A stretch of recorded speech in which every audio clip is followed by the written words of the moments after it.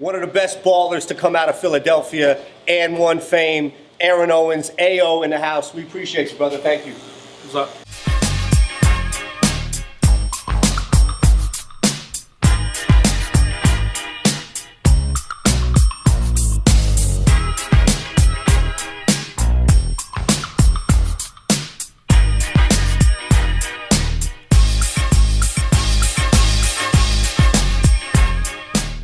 Was more like a two could shoot, but his hand was more like a Eric Snow. Oh no! Stop that! I had a better handle than that. I had a better handle than that. I mean, Eric Snow did play in the NBA. Yeah, kind of point guard. I was a point guard. I didn't turn the ball over. Yeah, you don't turn the ball over. And if you leave me, it wasn't me. Right.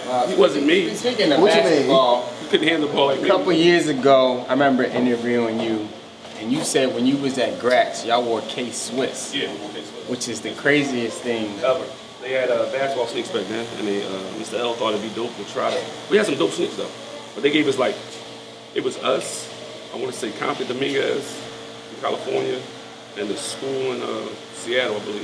There was only 3 schools that had it, but like every other school, like Brandon School, like Oak Hill and all that had Nike and stuff, but they weren't really getting stuff. We was getting stuff like every.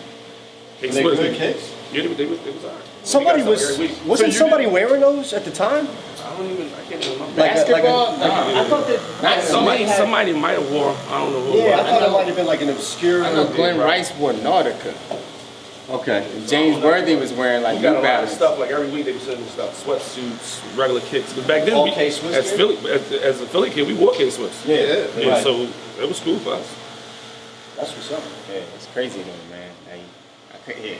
Yeah, because everybody's on Nike and Reebok, and you would think that everybody would think stand about out. Swiss and be like, what do we do with that? Yeah, best team in the country. We're the from best in like the country. We still wore 87 to K-Swiss. 94. And they Play had- against the Nike team and beat them. We got K-Swiss on us. Was that this? We beat you with our K-Swiss on. Right. What you think of what's going on now with Ben and Joel after seeing just really shitty basketball for the last couple of years? I like it. I mean, I just think that we need. I hope folks come back and be a scorer because we need a scorer. We need like a wing scorer, somebody to go get a bucket without having to run a pick and roll with Joel or Ben, but somebody can get the ball in the wing and just go. I think that's what folks gonna be. Hopefully. Yeah, the concern that I I don't want think to be a point guard. with folks. Yeah, I don't. No, you want him to be that I scorer. want him to be the scorer, and if Ben out, then he can run the team. But I want him to be 20 points scorer. Like he ain't got to worry about nothing, and then make it easy on him. Because I think when he first started playing in the preseason, then when he was playing the first couple games, it was more pressure on him to be. I got to run the one. I got to share with Ben instead of just like letting him play. And I think that's one thing you got to just let him go. So what Kyrie was to the Cavaliers Basically, yeah, is what yeah. Fultz should When be to the LeBron Sixers. came in, it was more like Kyrie had to find his way, but it's more like when you get the ball, you need to go. You just need to go. And I hated that dynamic anyway. I'm glad he left. Because it was more like, if you look at how LeBron plays, LeBron doesn't, he just takes. He doesn't really give anything. Like, you got to play his way. Like, LeBron is not, he won't play any other way but how he plays. Yeah, Clearing out at the LeBron top. way, yeah. So, like, if you look at it, he'll run a pick and roll with Kevin Love, then you know Kevin Love is in the corner, Kyrie's in the other corner, and LeBron's at the top of all the games. People are like, well, he played 70 minutes. Well, that's how you want to play. Like, if he wouldn't have to play that way if he, like, swing the ball and move around and get to 15 feet and post. Like, he'll have a longer career. But, You think LeBron can play here? Because now that's the talk after he came. Yeah, you think he's coming here?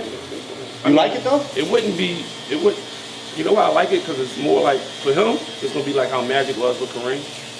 Sort of like he can be that guy that can lead us to a championship early, and then when he's older, like 2-3 years if he wants to stay, then that's when it's time for Ben and like how Magic was with Kareem. So that could be it. Could be that dynamic. But I hope he doesn't come in and want to just run a show. Like just get on the wing and do LeBron things. Don't hold the ball for 19 seconds. Well, he might turn into like. Remember Kobe got real salty towards the end? Nah, I don't see that. Listen, hold on, let me finish though. Kobe got salty. Well, he turned into like the salty veteran, like he just don't know.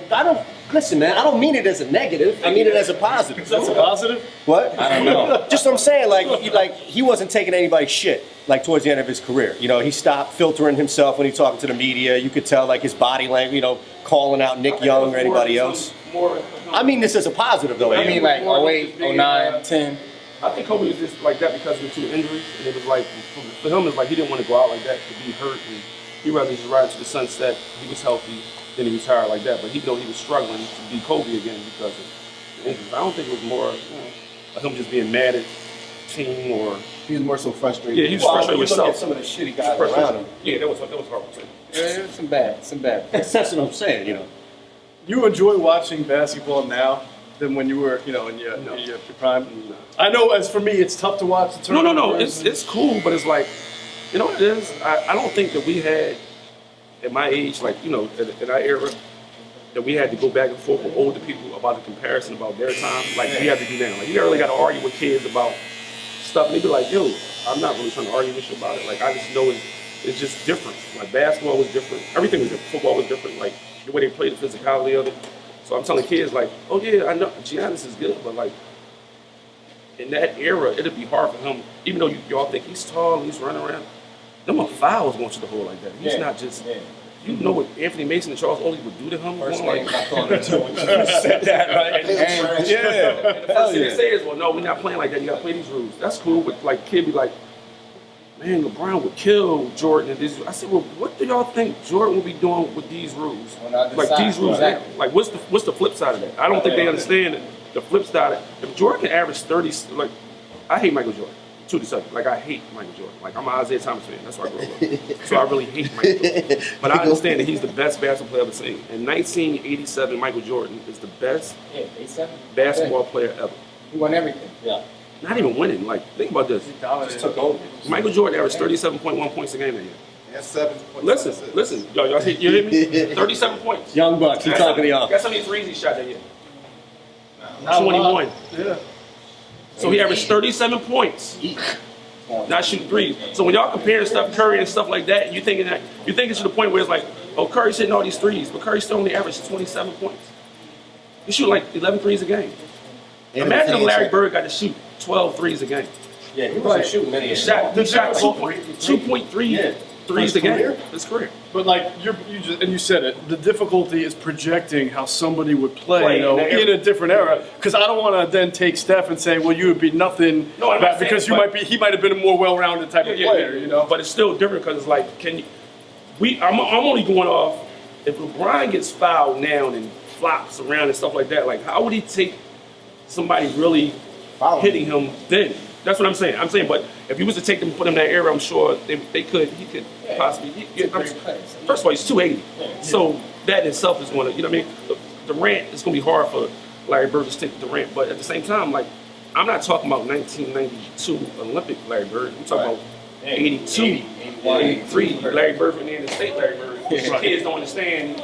That's a bad white boy. He's fucking good. Like really good. Like, walking to All-Star Weekend with a fucking shooting. I'm sorry about that. No, you curse. Curse. Curse. That's what we want. Curse. With a shooting. The warm up. Took it off. No, he didn't take it off. He walked in the fucking locker room and then walked past everybody that was in the three-point contest and said, "Well, which one of y'all coming in second?"